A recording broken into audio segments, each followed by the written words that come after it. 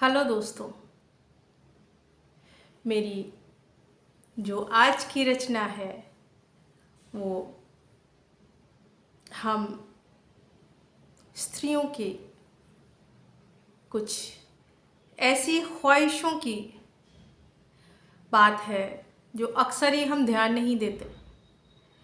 हमारे समाज में आज भी एक बहुत बड़ी संख्या है ऐसी स्त्रियों की जो अपने निर्णय, अपनी स्वतंत्रता ये सब खुद नहीं करती। इन सब की ओर तो उनका शायद ध्यान भी नहीं जाता है, और जब कोई ऐसी बात होती है तो वो नज़रें उठाकर देखती हैं, कभी पिता की ओर, कभी पुत्र की ओर, कभी पति की ओर। क्यों ऐसा है? क्या वो अपनी इच्छाओं के अनुसार अपने निर्णय नहीं ले सकती, या वो उनमें वो काबिलियत नहीं है कि वो निर्णय ले पाए? नहीं, मेरा ऐसा मानना नहीं है। सिर्फ कमी है तो आत्मविश्वास की है, जिसे हमें जगाना होगा, स्त्रियों को बताना होगा। तो मेरे आज की जो कविता है उसका शीर्षक है ओ स्त्री। ओ स्त्री, कभी खुद से भी बात कर लिया करो। ओ स्त्री, कभी खुद से भी बात कर लिया करो। कुछ पल फुर्सत के, कुछ पल फुर्सत के अपने लिए भी निकाल कर सिर्फ अपने लिए जिया करो। ओ स्त्री, खुद से भी बात कर लिया करो। अपनी शौक, अपनी ख्वाहिशें, इन सब पर भी नज़र मार लिया करो। ओ स्त्री, खुद से भी बात कर लिया करो।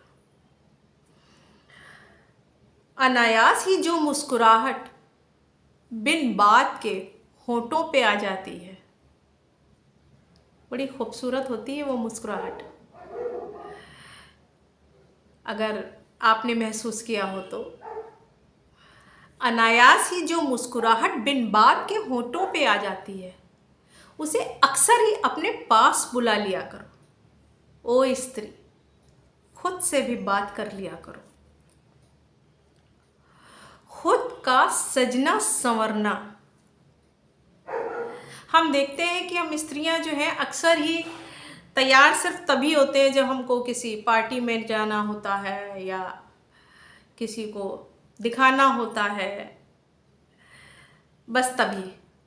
हमें क्या पसंद है उसकी परवाह नहीं करते, बस उठे, एक रूटीन है, शुरू हो गए सुबह काम करने में, हम कैसे लग रहे हैं इससे कोई मतलब नहीं। ये जाहिर सी बात है कि अगर हम दिन में 4 बार शीशे के सामने से निकलेंगे, आईने के सामने से, हम अपने आप को एवं ही देखेंगे तो अच्छा नहीं लगेगा, किसी को भी नहीं अच्छा लगेगा।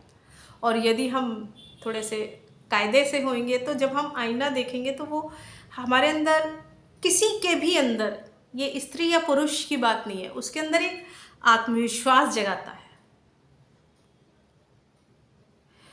तो उसी बात के लिए कहा गया है, खुद का सजना संवरना खुद के लिए भी किया करो। ओ स्त्री, खुद से भी बात कर लिया करो। वाद विवाद में, हंसी मजाक में, वाद विवाद में, हंसी मजाक में बढ़ चढ़ कर हिस्सा लिया करो। ओ स्त्री, खुद से भी बात कर लिया करो। लोगों का लिहाज छोड़कर,